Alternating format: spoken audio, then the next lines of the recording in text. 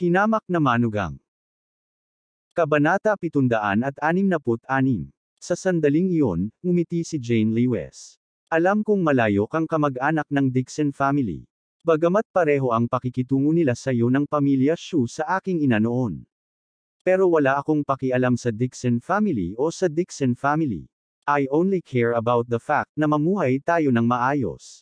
Nang marinig ang mga salita ng kanyang asawa, na puno ng pananabik at halo-halong damdamin ang puso ni Alex Dixon. Nagpasya siya na ibabalik niya ang kanyang asawa sa Dixon Family Fair and Square, at hayaan ang lahat ng mga kamag-anak ng Dixon family na aminin ito. Matapos marinig ang mga salita ni Jane Lewis, si Shu Qiming, na sa sobrang takot na ang kanyang ulo ay nahihilo, sa wakas ay nakabawi sa kanyang pagkakabigla, ngunit patuloy pa rin siyang humihingal. Sa kabutihang palad, si Alex Dixon ay isang malayong kamag-anak lamang ng Dixon family. Kung siya ang misteryoso at walang awa na third young master ng pamilya Dixon, matatapos na ang kanyang pamilya. Huminga din ng malalim ang mga miyembro ng pamilya Shu. Ang mabigat na balita ngayon ay sunod-sunod na dumating na halos matakot sila sa kamatayan. Gayunpaman, kahit na ang pagkakakilanlan ni Alex Dixon ay hindi gaanong kapansin-pansin, hindi sila mangangahas na saktan siya. Pagkatapos nito, ginanap sa bulwagan ang seremonya ng pagbibigay ng ulo ng pamilya, ang mga kamag-anak ng Shu family ay hindi na nang ahas na tingnan si Jane Lewis tulad ng dati. Habang hinimitay si Shu Old Master dahil sa galit, hinawakan ni Shu Qiming ang selyo ng pamilya Shu gamit ang dalawang kamay at magalang na ibinigay ito kay Jane Lewis. Natanggap ni Jane Lewis ang family seal at ang kanyang kalooban ay hindi maipaliwanag. Wala siyang apelyidong Shu, ngunit naramdaman niyang nakatanggap siya ng isang mahalagang gawain. Kung hindi dahil ang pamilya Shu ay pamilya ng kanyang ina at ang kanyang ina ay tapat sa pamilya, siya ay minamaliit ng pamilya Shu, hindi niya sana tinanggap ang selyo ng pamilya. Itinaas ni Jane Lewis ang kanyang ulo at tiningnan ang itim na masa ng mga miyembro ng pamilya Shu, she cleared her throat at nagsalita ng malakas. Lahat, ngayon, ako, si Jane Lewis, ang papalit sa posisyon ng ulo ng pamilya Shu. Gayunpaman, alam kong lahat kayo ay dapat magkaroon ng maraming kawalang kasiyahan sa inyong mga puso. Sa pamilya Shu, ito ang unang pagkakataon na isang kinuha ng tagalabas na tulad ko ang pamilya Shu. Ngunit ang gusto kong sabihin ay kahit sino ang pumalit sa pamilya Shu, mayroon silang responsibilidad at obligasyon na tulungan ang buong pamilya na mamuhay ng mas magandang buhay, pagsamahin ang pamilya Shu sa isang malaking grupo, at hayaan ang bawat isa sa kanila, ang proteksyon ng pamilya. Dito, maaari akong mamuno sa harap ng lahat kapag kinuha ko ang posisyon ng Shu family head, pakikitungo ko sa bawat miyembro ng pamilya, tutulungan ko ang mga miyembro ng pamilya na nahihirapang malutas ang kanilang mga problema, at hayaan ang buong pamilya Shu na umunlad ng maayos at sama-sama tayong magiging mayaman at malakas. Pagkatapos niyang magsalita, tumahimik ang mga tao sa ibaba. Maya-maya lang ay umalingaw-ngaw ang kalat-kalat na palakpakan. Alam na ni Jane Lewis ang sitwasyong ito, anuman ang mangyari, malamang na marami ang mga miyembro ng Shu clan na hindi nasisiyahan sa kanyang pagkuha sa posisyon ng patriarch. Ngunit mayroon pa ring mahabang panahon, at susundan niya ang talumpati ngayon, gagawin niya ang kanyang makakaya upang tratuhin ng patas ang mga miyembro ng kanyang pamilya at hayaang patunayan ito sa panahon. Tumayo si Alex Dixon sa unang hanay at hinintay na matapos magsalita ang asawa bago pumalakpak. Tiningnan niya ang kanyang asawa, na sa kanyang harapan na may kalmadong ekspresyon, at ang kanyang nakatayong ekspresyon ay nagpapakita ng bakas ng determinasyon. Hindi napigilan ni Alex Dixon ang pagmamalaki sa kanyang puso, ito ang kanyang asawa, siya ay ganap na naging isang babae na maaaring humarang sa isang tabi niya. Tumayo si Helena sa ibaba ng entablado, tuwang-tuwa na malapit na siyang lumutang. Ang kanyang anak na babae ay naging family head ng Shu family, ngayon, maraming miyembro ng Shu family ang nambobola sa kanya, nambobola siya ng sobra na halos lumutang na siya. Pagkatapos magsalita ni Jane Lewis, itinaas ni Helena ang kanyang baba at itinaas ang kanyang hangin para magpakitang gilas, sinadya niyang magalit ang bawat miyembro ng pamilya Shu isa-isa. Nang mag-lecture siya, ang mga miyembro ng pamilyang Shu na hindi siya pinapansin noon ay masunurin gaya ng mga estudyante sa elementarya, paulit-ulit silang tuma-NGO at tinawag siyang Sister Feng, tuwang-tuwa si Helena. Ang pamilya ni Shu Qiming ay nakatayo sa ibaba ng entablado, mukhang labis na nawalan ng gana. Ngayon ay galit na galit si Shu Old Master na siya ay nawalan ng malay at ang pamilya ng kanyang kapatid na si Shu Chun ay pinaalis sa pamilya. Dati, hinahanap siya ng iba sa pamilya Shu pero ngayon ay para na siyang daga na tumatawid sa kalsada. Upang makakuha ng pabor kay Jane Lewis, kinailangan ng pamilya Shu na mga umatras ng 3 bahay mula sa kanya. Ang ganitong uri ng pakiramdam ng hindi pinapansin ay naging dahilan para hindi makayanan ni Shu Qiming, tuluyan na niyang nakalimutan na ganoon din ang pakikitungo niya sa pamilya ni Helena. Umiling ang kanyang asawa at anak, niwala silang lakas ng loob na magsalita, natatakot sila na magalit sila kay Alex Dixon at itataboy sa labas ng bahay tulad ni Shu Chun. Matapos ibigay ang pinuno ng seremonya ng pamilya, tinanong ni Jane Lewis si Shu Qiming tungkol sa kanilang usapin sa pamilya bago bumalik sa villa kasama si Alex Dixon. Pagbalik nila sa villa, nagpakita si Jane Lewis ng seryosong ekspresyon at tinanong si Alex Dixon. Alex, tell me honestly, totoo ba ang sinabi ni Lu Ziming? Hindi pa ako nagtanong sa iyo tungkol sa nangyari sa Mian Realm, pero sana hindi ka magsinungaling sa akin. Kanina lang niya pinrotektahan si Alex Dixon sa pamilya Shu dahil ayaw niyang gawing komplikado ang bagay at maghinala ang kanyang mga magulang. Ngunit ang buong bagay ay puno ng mga kainahinalang punto, at kailangan niyang pagdudahan ang tunay na pagkakakilanlan ni Alex Dixon. Hinawakan ni Alex Dixon ang kamay ni Jane Lewis at nagkaroon ng masalimuot na pakiramdam. Gaano man niya ito itago, hindi niya ito maitatago hanggang sa huli. Kailangan niyang sabihin sa kanyang asawa sa lahat ng oras. Nilunok niya ang kanyang lalamunan at sinabi kay Jane Lewis ang lahat ng nangyari sa Mian Realm. Biglang nagbago ang ekspresyon ni Jane Lewis marinig iyon. Hindi niya inaasahan na muntik nang ipagsapalaran ng kanyang asawa ang buhay nito sa Mian Realm. Parang pelikula lang. Hobby, ganito ba talaga ang pakikitungo sa iyo ng pamilya ni Lewis Daffin? Umiti ng mapait si Alex Dixon at tumango. Hindi ko sinabi sa iyo dati kasi natatakot akong mag-alala ka. Hindi ko talaga akalain na ganoon ang pagtrato mo sa Mian Realm. Nalungkot si Jane Lewis sa kanyang puso. Hindi niya akalain na hindi lang sa Mian Realm naghirap ang kanyang asawa, kundi muntik na ring mapatay ni Lewis Daffin at ng kanyang pamilya. Kahit narinig niyang magsalita ang asawa sa maluwag na tono, nananatili pa rin ang takot niya. Dahil pa rin sa kaunting karanasan niya at hindi niya lubos na nauunawaan ang panganib ng pagdaraan ng kanyang asawa sa buhay at kamatayan. Ngayon, ang puso ni Jane Lewis ay napuno ng galit at panghihinayang. Binigyan niya si Lewis Daffin ng isang mapagbigay na regalo ngunit ang kanyang asawa ay muntik nang mamatay doon.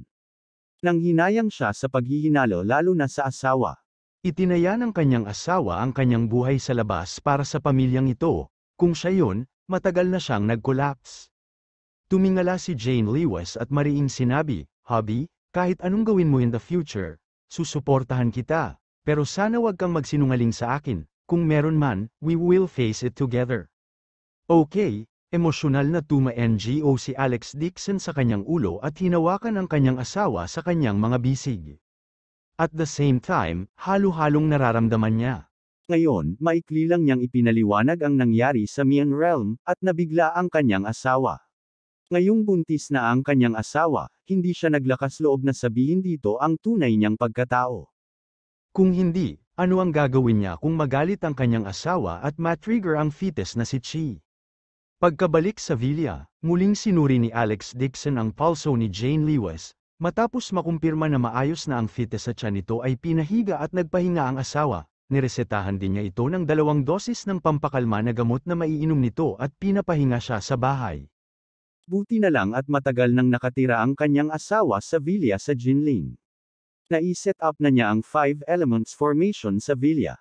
Ang kanyang asawa ay matagal nang naninirahan sa Pormasayon at ang kanyang katawan ay naging mas malakas din sa ilalim ng pagpapakain ng espiritual na chi. Kung hindi, ang sipa ni Lujian ay malamang na nagpalaglag sa kanyang asawa. Sa pag-iisip nito, muling nagdilim ang mukha ni Alex Dixon, at isang bakas ng hangarin sa pagpatay ng sumilay sa kanyang mga mata. Bagamat napilayan niya si Lujian, at ang pamilya ni Shu Chun ay pinalayas sa mansyon, itinuring pa rin itong pagpapabeyo sa kanilang pamilya. Tumawag si Alex Dixon kay Wu, ang kapitan ng mga bantay ng pamilya Dixon at malamig na nagutos. Pumunta ka at gumawa ng isang bagay para sa akin. Kabanata 767 Pangatlong Young Master, mangyaring gawin ang gusto mo. Ang pamilya ni Shu Chun, ayokong makita sila sa summer, gusto kong gumawa ng paraan para mawala sila sa harapan ko. Oo, gagawin ito mamayang gabi, tuma-NGO si Alex Dixon at ibinaba ang telepono. Alam ng buong Yan Capital na ang mga martial guard ng Dixon family ay may nakakatakot na lakas. Maihahambing pa sila sa isang malaking grupo ng mga armadong sundalo. Sinasabi na ang bawat miyembro ng Imperial Guards ng pamilya Dixon ay napakahusay. Kahit sino sa kanila ay isang dalubhasang mamamatay tao. Ang reputasyon ng Imperial Guards ay hindi ikinalat ng walang kabuluhan. Hindi pa banggitin ang pakikitungo sa pamilya ni Shu Chun, nang ahas pa silang harapin ng iba pang tatlong pamilya, ang Imperial Guards ng Dixon family. Gayunpaman, upang maiwasan ang hindi mga salungatan, ang pamilya Dixon ay palaging pinananatili ang mababang profile. Sa pagharap kay Shu Chun, hindi na kinailangan ni Wu na personal na kumilos, ang sinumang random na miyembro ng kanyang club ay maaaring mawala ang kanilang pamilya sa mundo. Hindi pa gabi nang tumawag si Wu, third young master, na ayos na ang usapan, please rest assured, nasa hangganan na sila ng Africa, hindi na sila muling lilito sa harap mo sa darating. Very good, tuma-NGO si Alex Dixon bilang kasiyahan. Ayon sa ulat ni Wu, ang pamilya ni Shu Chun ay dinala sa Africa sa mga sako at itinapon sa isang gang ng mga pulubi. Nagkataon, si Lu Jian ay naging lumpo. Mula ngayon, namamalamus na ang kanilang pamilya sa Africa. Bilang karagdagan, tinanggal sila ng kanilang mga dokumento ng pagkakakilanlan at naging ilegal na pamilya. Mula ngayon, magpakailanman na silang pulubi at hindi na makakabalik. Mabilis ang kahusayan ni Wu, sa kasamaang palad, siya ay tapat sa Dixon clan at hindi kailanman aatake sa sinuman sa mga miyembro ng pamilyang Dixon. Kung hindi, si Dixon Rong ay hindi maglalakas loob na maging napakayabang sa nakaraan. Nagdilim ang mukha ni Alex Dixon nang maisip niya si Dixon Rong. Mula nang bumalik siya sa Jinling mula sa Yan Capital, lihim siyang nagpadala ng mga tao upang bantayan si Dixon Rong, ngunit kakaiba, pagkatapos pumasok si Dixon Rong sa liblib na paglilinaw, hindi siya gumawa ng anumang malalaking hakbang. Sa pagkakataong ito, nang bumalik siya sa Yan Capital, nanatiling low profile siya. Hindi pa rin niya alam kung ano ang gagawin ni Dixon Rong matapos niyang malaman na bumalik siya. Ngunit sa pagkakataong ito, hindi siya basta-basta binitawan ni Alex Dixon, kung si Dixon Rong ay mangangahas na saktan muli ang kanyang pamilya, hindi niya ito patatawarin. Tuldok. Kinaumagahan, nagpapahinga si Jane Lee West sa bahay. Sinuri muli ni Alex Dixon ang kanyang pulso at nakumpirma na walang problema. Pagkatapos ay lumabas siya ng villa at nagplanong pumunta sa joint ventures upang tingnan ang pinakabagong sitwasyon ng kumpanya. Ang kanyang asawa ay buntis ngayon, bagamat labis na hindi nasisiyahan si Helena, kailangan pa rin niyang alagaan ang kanyang anak. Lumabas si Alex Dixon sa villa at nakita si Ding Ching na nakatayo sa tabi ng pinto ng kotse na naghihintay. Nakasuot siya ng itim na nakasuot ng damit at ang kanyang buhok ay nakatali sa isang bun, nakasuot siya ng isang pares ng black-rimmed glasses at ang malamig at magandang mukha niya ay natatakpan ng manipis na makeup. Siya ay pambihirang malamig at may karanasan, siya ay ganap na nakadamit tulad ng isang karaniwang babaeng sekretarya. Binuksan ni Ding Ching ang pinto ng kotse nang makita niyang lumabas si Alex Dixon. Boss Dixon mangyaring sumakay sa kotse. Tumingin si Alex Dixon sa kanya na may katuwaan at sinabing, Secretary Ding, hindi mo kailangang gawin ito. Pagkatapos ng lahat, si Ding Ching ay hindi isang tunay na sekretarya. Pinalitan lang niya ang kanyang kapatid na si Ding Yu at nagtatrabaho sa tabi nito.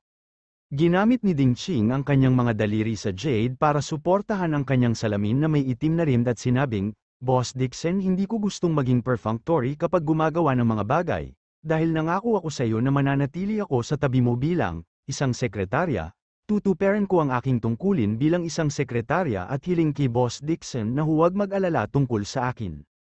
Nang makitang sinabi ito ni Ding Ching, maaari lamang sumuko si Alex Dixon. Anyway, may kakampi siyang secretary kaya nabawasan ang gulo niya. Nagmaneho si Ding Ching papunta sa joint ventures, at si Alex Dixon ay nakahiga sa backseat na naglalaro ng kanyang telepono. No wonder nagustuhan ng ibang mayayamang amo na humanap ng magagandang babaeng sekretarya. Ngayon ay talagang komportable ito. Ang babaeng sekretarya ay may kaya at nakalulugod sa mata. Sinong lalaking amo ang hindi nagustuhan sa kanya?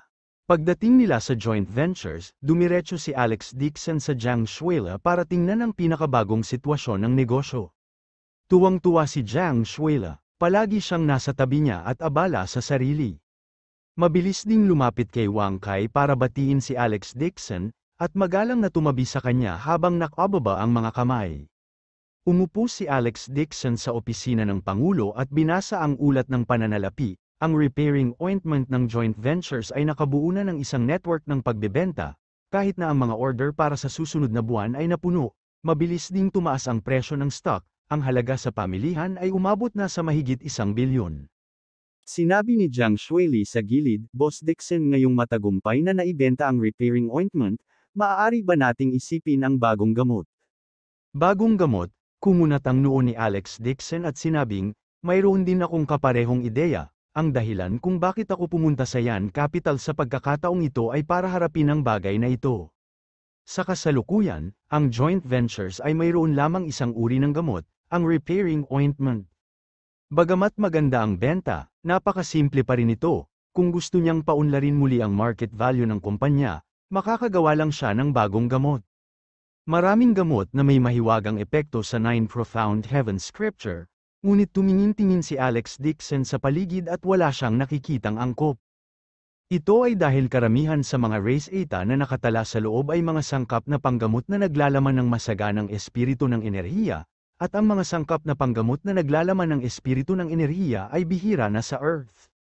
Ang alinman sa paraan ng pagpino ay komplikado, at hindi magagamit sa linya ng pagpupulong ng pabrika ng parmasyutiko upang makagawa, nangangailangan ito ng malaking halaga ng mano-manong paggawa, at ang paraan ng pagpino ay kailangan ding maging tumpak, ang isang tiyak na kawalang ingat ay makakaapekto sa mga epektong panggamot.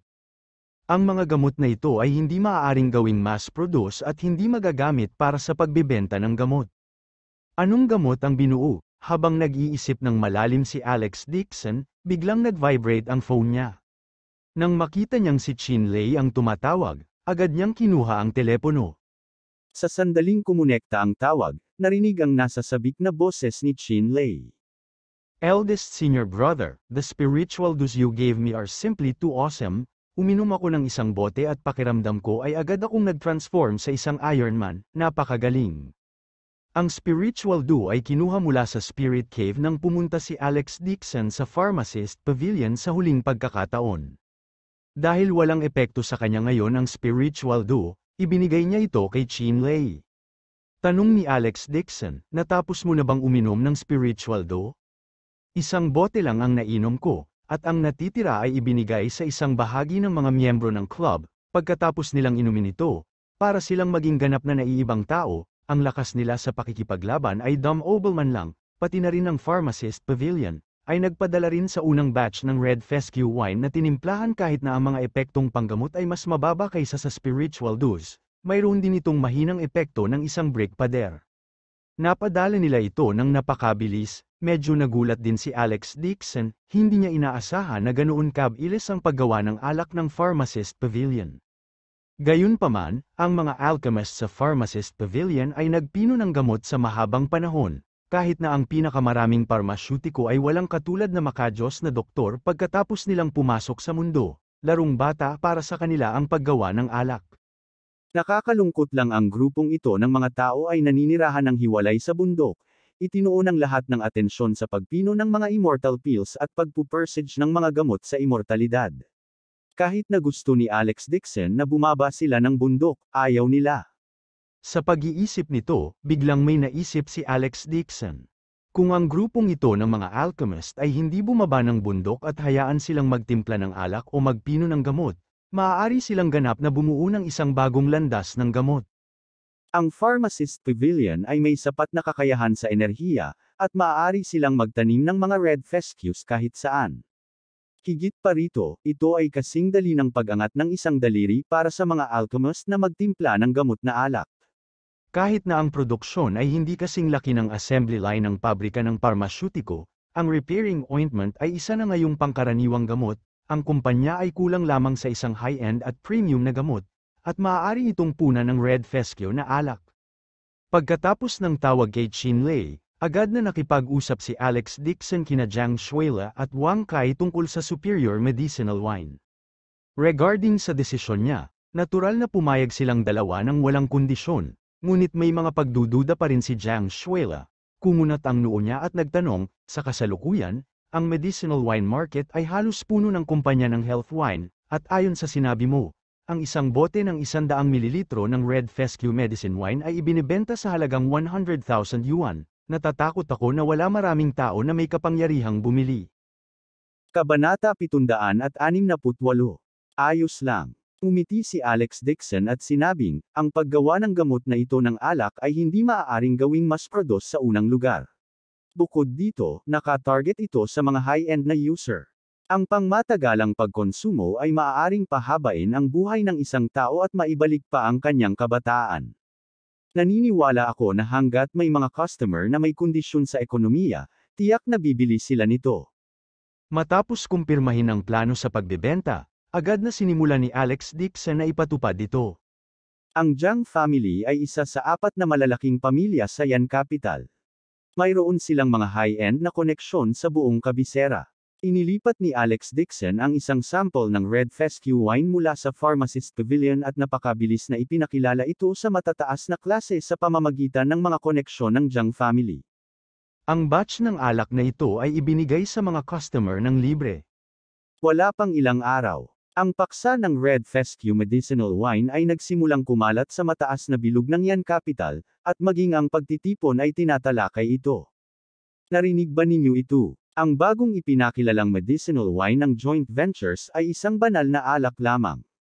Pagkatapos kong inumin ito, pakiramdam ko ay mas bata pa ako ng ilang taon. Tama, sa simula, hindi ako naniniwala, ngunit dahil sa Jiang family, tinanggap ko ang alak. Sinong mag-aakala na iinumin niya itong kinabukasan, pakiramdam ko ay sapat na ang aking pisikal na lakas, dahil babalik ako sa 20 taong gulang.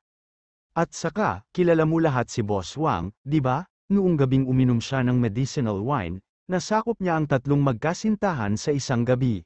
Tuwang-tuwa siya. Tuldok. Pagkalipas ng ilang araw, mabilis na kumalat ang balita tungkol sa bagong panggamot na alak. Ang buong itaas na bilog ng Yan Capital ay nagkakagulo.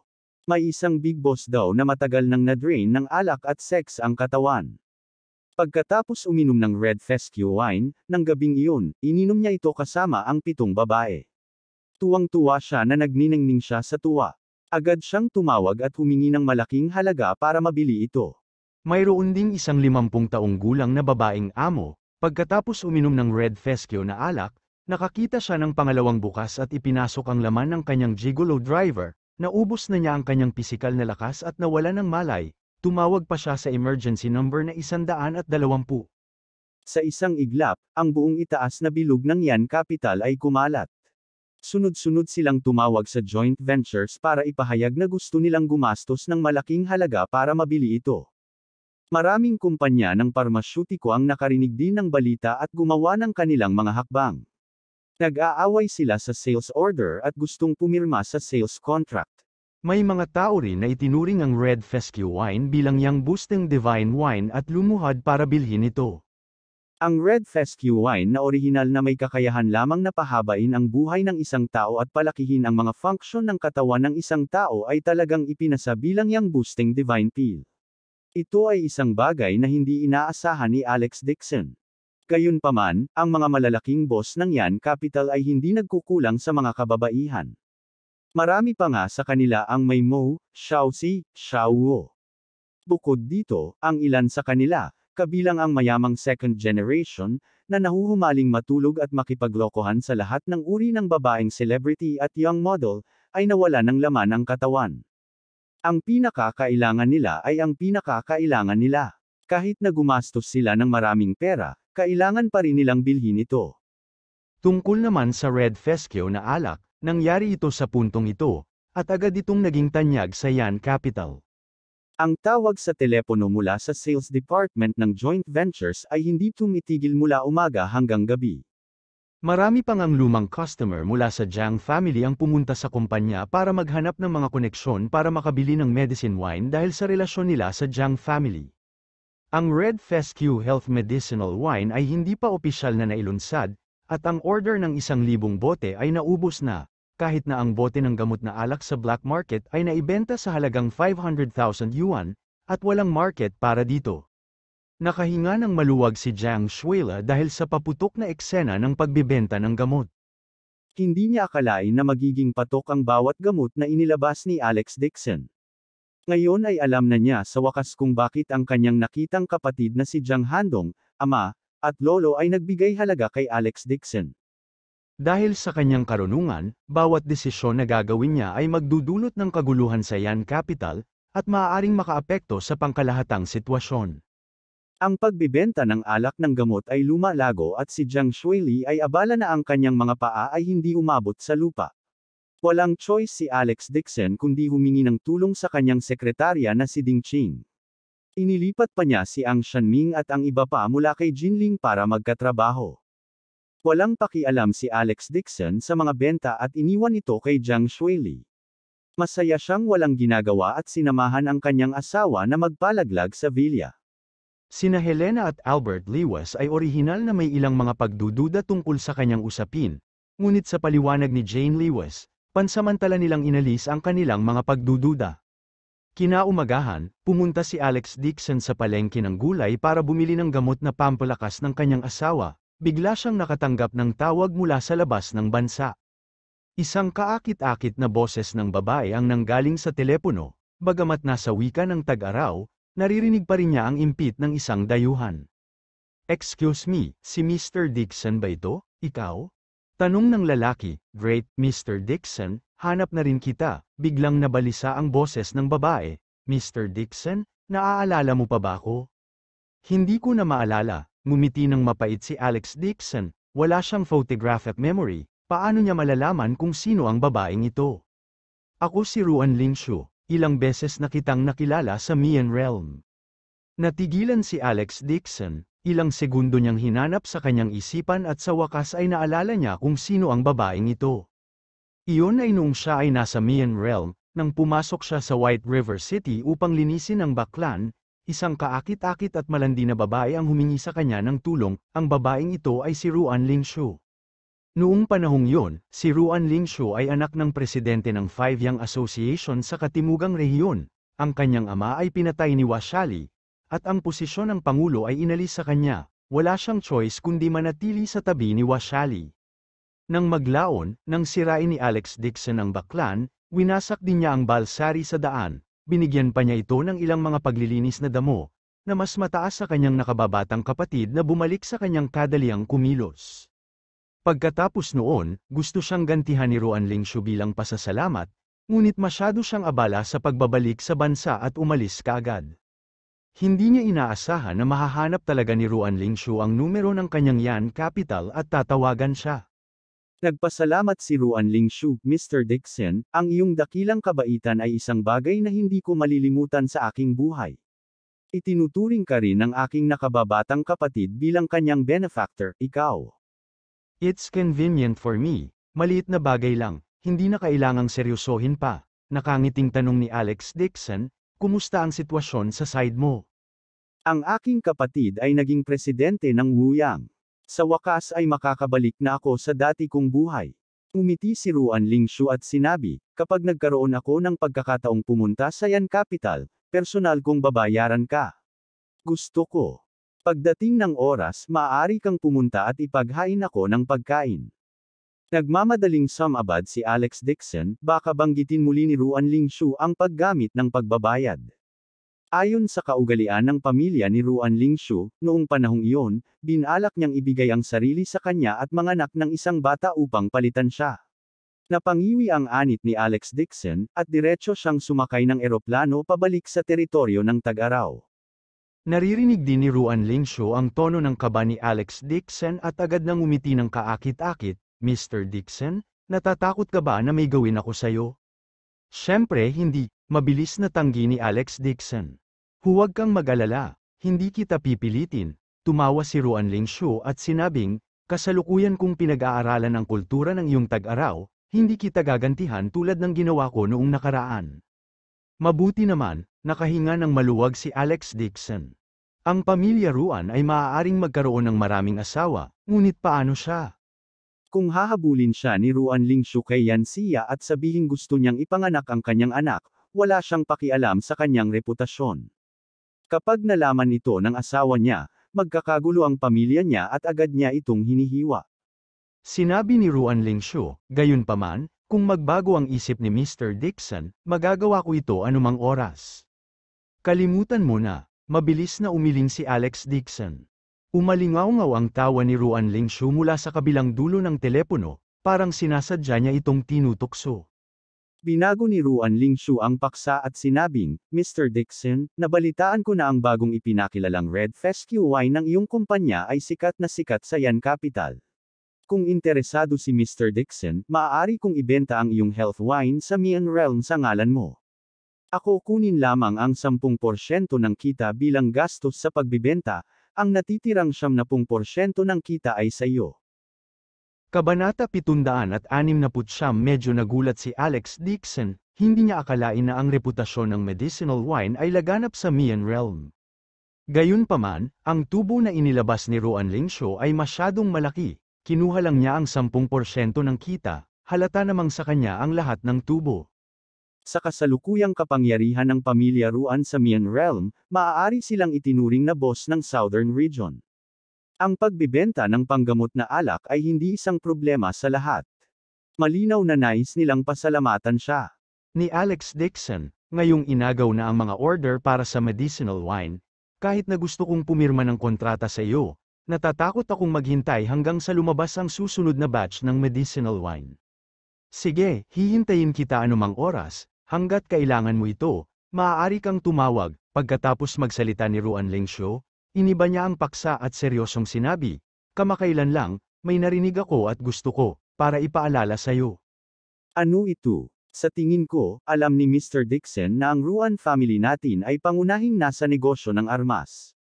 Kamakailan lang, bumili ng maraming armas ang gruesome ghost sect mula sa mga nasasakupan ko. Bininigyan ko ito ng pansin at nakita nila ang kanilang clue. Ang gruesome ghost sect ay nagre-recruit ng mga sundalo at kabayo, gumagastos sila ng maraming pera para makabili ng mga armas. Q-Fei, ngumisi si Alex Dixon, ang gruesome ghost sect ay isang talunan lamang sa kanya. Kamakailan, sila ay nakakulong sa isang sulok nang hindi gumagawa ng anumang mga galaw.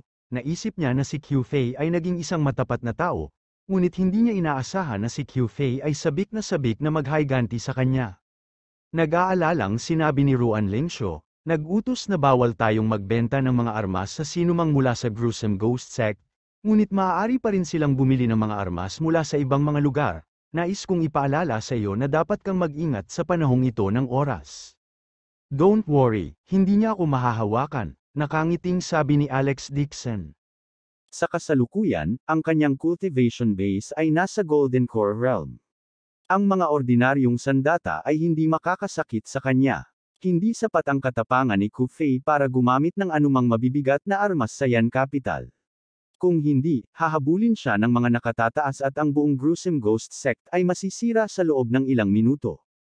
Nag-aalala pa rin si Ruan Lingshu para sa kanya. Mr. Dixon, alam ko na napakataas ng iyong cultivation base, ngunit kailangan mong mag-ingat sa background ng gruesome ghost sect. Sa likod nila ay isang malaking international assassin organization. Ang gruesome ghost sect ay isang maliit na sekta na tinanggap ng organisasyong ito. Ganun ba? Bumilis ang tibok ng puso ni Alex Dixon.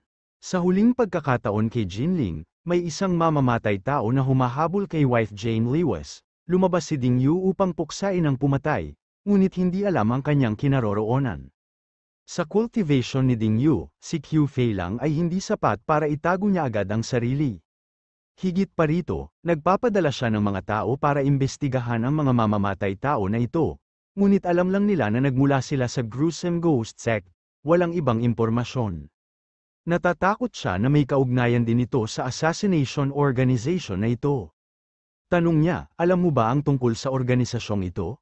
Bahagyang bumuntong hininga si Ruan Lingshu at sinabing, nagpadala ako ng malaking bilang ng mga tao upang mag-imbestiga, ngunit natagpuan lamang nila ang impormasyong ito. Napakalihim ng organisasyong ito at mabilis na natuklasan na iniimbestigahan ko sila. Agad silang nag-imbestiga. Iingat, kaya hindi ko magawang maghanap ng kahit ano ngayon. Hindi mo na kailangan mag-imbestiga, agad na sinabi ni Alex Dixon, I will investigate this matter, thank you for reminding me. Hindi niya hinayaang magpatuloy si Ruan Lingshu na mag-imbestiga dahil kahit nawala si Ding Yu hanggang ngayon, wala pa ring balita. May isip kung gaano kalaki ang assassination organization sa likod nito. Kung magagalit siya sa kabilang partido, malamang na mawala ng buhay si Ruan Lingshu.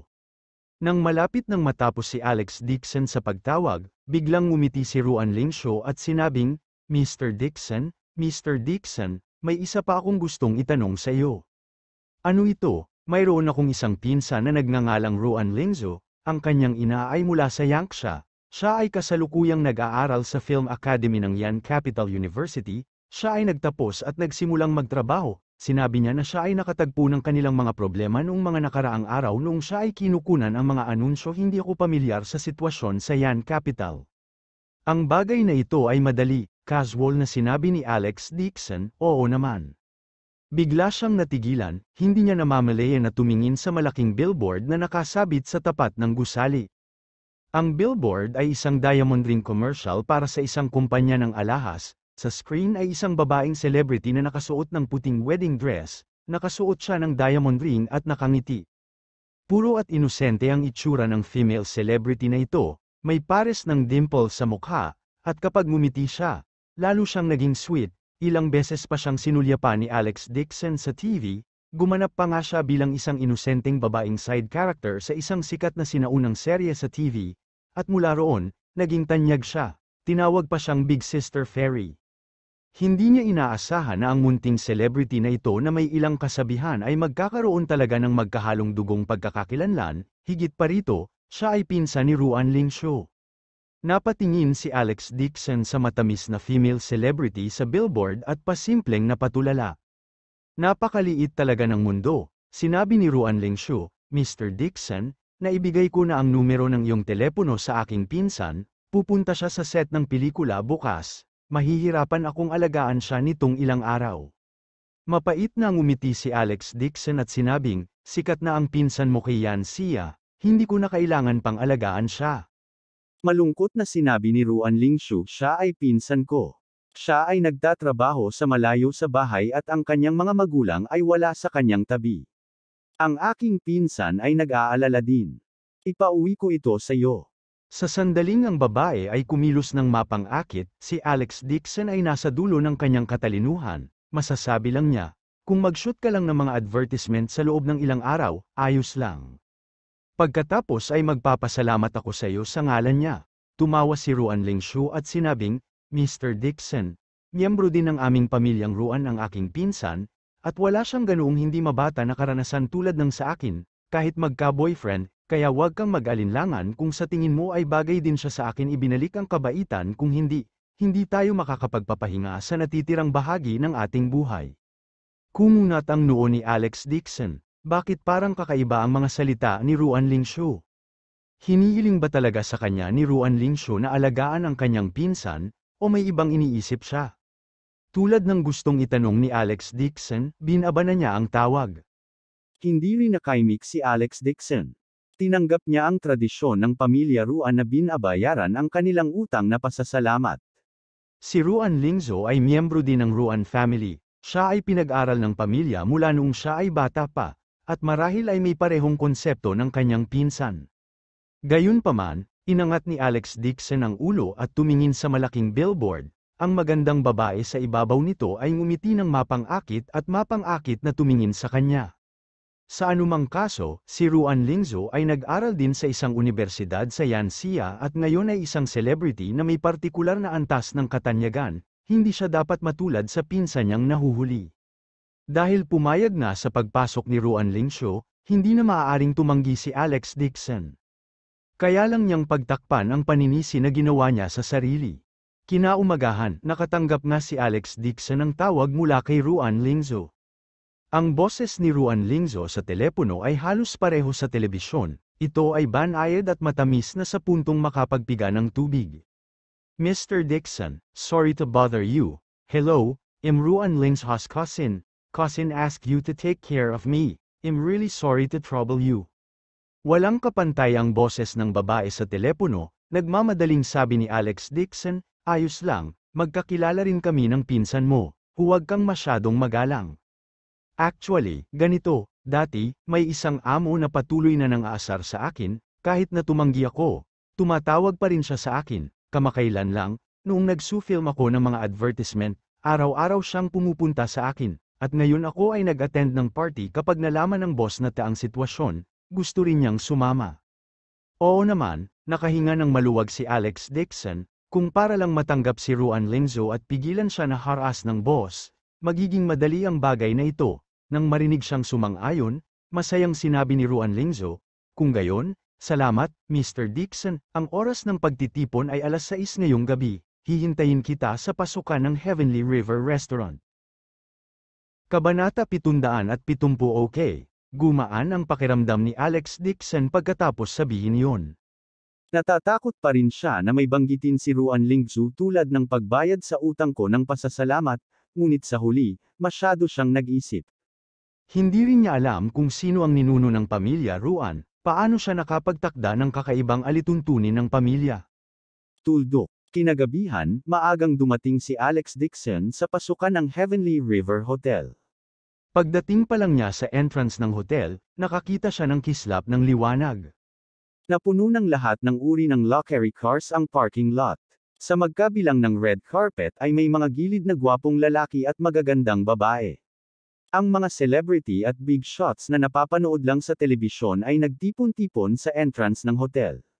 Ang kanilang mga damit ay mabango at ang kanilang mga templo ay maganda. Bukod doon, marami rin ang mga matagumpay na nakasuot ng suit at sapatos. Kasama nila ang mga magagandang babae na nakasuot ng panggabing damit. Sa kabuuan, ang pagtitipon na ito ay isang salita lamang. Pinakamataas na klase, sa isang malaking grupo ng magagandang babaeng celebrity, nakita ni Alex Dixon si Ruan Lingzo sa isang sulyap. Kumpara sa mga babaeng celebrity sa paligid niya na heavily makeup at makeup, para siyang White Lotus na walang bahid ng putik at napaka-eye-catching. Hindi tulad ng kanyang karaniwang kasuotan sa telebisyon, si Ruan Lingzu ay naglagay lamang ng light makeup ngayon. Siya ay may mahaba, tuwid, itim na buhok na nakatabing sa kanyang mga balikat. Nakasuot siya ng puting damit na tumambad sa kanyang mga balikat, na nagpapakita ng kanyang maganda, balingkinita na leeg at katanji tanging collarbone. Kahit na ganoon, nakatayo siya sa gitna ng isang grupo ng mga napakarilag na kababaihan at nagpakita ng mas maganda. Lumakad si Alex Dixon ng may malalaking hakbang. Mr. Dixon, nandito ka na, itinaas ni Ruan Lingzo ang kanyang ulo at nakita siya, agad namang nagningning ang kanyang mga mata, at naglakad siya pasulong na may hawak na damit, pulang-pula ang maganda niyang mukha. Tumingin si Alex Dixon sa likod niya at nagtanong, hinihintay mo ako dito mag-isa? Oo. Tumango si Ruan Lingzo na may pulang mukha. Pumasok na ang manager ko para mag-entertain ng mga tao. Masyadong mahigpit ang security dito. Natakot ako na pigilan ka ng mga security guard, kaya naghintay ako sa labas ng pinto. Habang nagsasalita siya, sinulyapan niya si Alex Dixon at nakangiting sinabi, nakwento sa akin ng pinsan kapatid ang tungkol sa iyo, sobrang hinahangaan ka niya, sa mata ng ating pamilya Ruan, isa kang dakilang bayani. Paano ako bayani? Umiti si Alex Dixon at tumanggi. Sabi niya, kailan magsisimula ang pagtitipon? Nabawi ni Ruan Lingzo ang kanyang katinoan at nagmamadaling sinabi, maaari ka nang pumasok. Pumasok na tayo. Tuma-NGO si Alex Dixon at sumunod sa likod niya sa hagdan. Karaniwan, binibigyan ni Ruan Lingzo ang mga tao ng pakiramdam ng pagiging aloofness at hindi nababahira ng alikabok ng mundo noong nasa telebisyon siya, pero hindi niya inaasahan na napaka-approachable niya. Sa pasukan ng lobby ng hotel, pinigilan ng mga security guard si Alex Dixon gaya ng inaasahan at hinala siyang pinalaki. Nasaan ang invitation letter mo? Nagmamadaling sinabi ni Ruan Lingzo, kaibigan ko siya, sumama siya sa akin. Agad namang huminahon ng security guard at ngumiti ng paumanhin, Miss Ruan, dapat kanina mo pa sinabi, pumasok ka agad. Kung walang invitation letter, paano mo mapapasok ang mga tao ng ganoon kadali? Biglang may nagsalita mula sa likuran. Nang marinig ang boses na ito, agad na nagkunot ng kilay si Ruan Lingzo at tumalikod. Malamig na ibinaling ni Alex Dixon ang kanyang ulo at nakita ang isang nasa katanghaliang gulang na mataba na nababalutan ng mga branded na kalakal na naglalakad sa paraang nagbabantang. Ang kanyang mga kamay ay nasa kanyang mga bulsa, at siya ay may isang sigarilyo sa kanyang bibig. Lumakad ang taong grasa sa 8 hakbang. Ang kanyang mga hakbang ay labis na mayabang at ang kanyang ilong ay nakaharap sa langit. May bakas ng puot sa kanyang mga mata habang nakatingin kay Alex Dixon. Ang kanyang katawan ay nagbuga ng pabango na may halong amoy ng alak. Sa likod niya, may isang babaeng nakasuot ng masikip na itim na low-cut dress. Sinundan niya ito ng nakataas na takong, at ang kanyang ekspresyon ay napakalandi. Humakbang ang matabang lalaki sa harap ni Alex Dixon at tumingin sa kanya mula sa itaas. Tanong niya sa tono ng pagtatanong, anong nangyayari? May dinala kang lalaki sa party. Sino ang lalaking ito? Kaagad na malamig na sinabi ni Ruan Lingzo, Boss Lee, hindi bagay sa iyo kung sino ang kasama ko sa piging, hindi ba? Pagkasabi noon ay itinuro niya ang mapanghusgang babae sa likod ng mataba. Tsaka di ba dinala mo rin yung fiancé mo? Tapos guguluhin pa kita para mabilis na ipasok yung fiancé mo. Ang subtext ay napakalinaw na, buti na lang may fiancé ka kaya wag mo akong pakialaman. Walang takot ang mukha ni Fatty habang sinasabi sa magaspang na boses, huwag mo akong abalahin. Walang pakialam dito ang fiancé ko. Pero malinaw na nangako kang kakain ka sa akin kagabi, tapos pinatayo mo ako, dahilan para maghintay ako ng matagal sa wala. Wala akong pakialam ngayong gabi, kailangan mong gawin up para sa hapunan na ito. Ang kanyang dominanteng tono ay mas lalong naiinis kay Ruan Lingzo habang malamig niyang sinabi, pumayag yun ng aking manager, hindi ako pumayag. Wala akong pakialam kung kaninong papayag ka, sabi ni Fatty sa mabisyodong boses, isang munting celebrity na naglalakas loob na magpahangin sa harap ng matandang ito, bibigyan na kita ng maraming mukha, kung hindi ka dumating ngayong gabi, kailangan mong tiisin ang kahihinatnan. Pagkasabi nun, sumulyap siya sa gilid ni Alex Dixon at itinuro ito. Mag-ingat ka. Kung maglakas loob kang nakawin ng babae ko, pahihirapan kita. Sa kanyang mataba na daliri, 3 malalaking gintong singsing na nakaimbed sa jade ay nakasisilaw. Hinawakan ni Alex Dixon ang kanang palso ng matabang lalaki at sinabing may nakaka-relax ng ngiti, paumanhin, lagi akong pabaya sa paglalakad, gusto ko lang mag-barge in and out. Pagkasabi noon ay binigyan siya ng kaunting lakas ng daliri niya at mahinang niyugyog.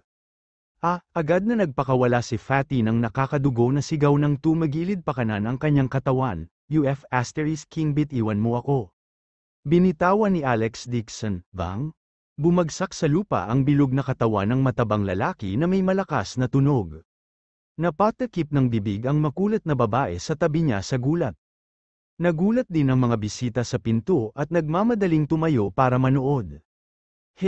Masakit to the point of death, nanginginig ang taba sa mukha ng mataba sa sakit. He roared at Alex Dixon, how dare you hit me, I think you are courting death. Nagkibit balikat si Alex Dixon at sinabing, hindi ba't hiniling mo sa akin na pakawalan ako ngayon lang? Isa pa, ang mga taong gustong mamatay ay kadalasang nakakahiga sa lupa.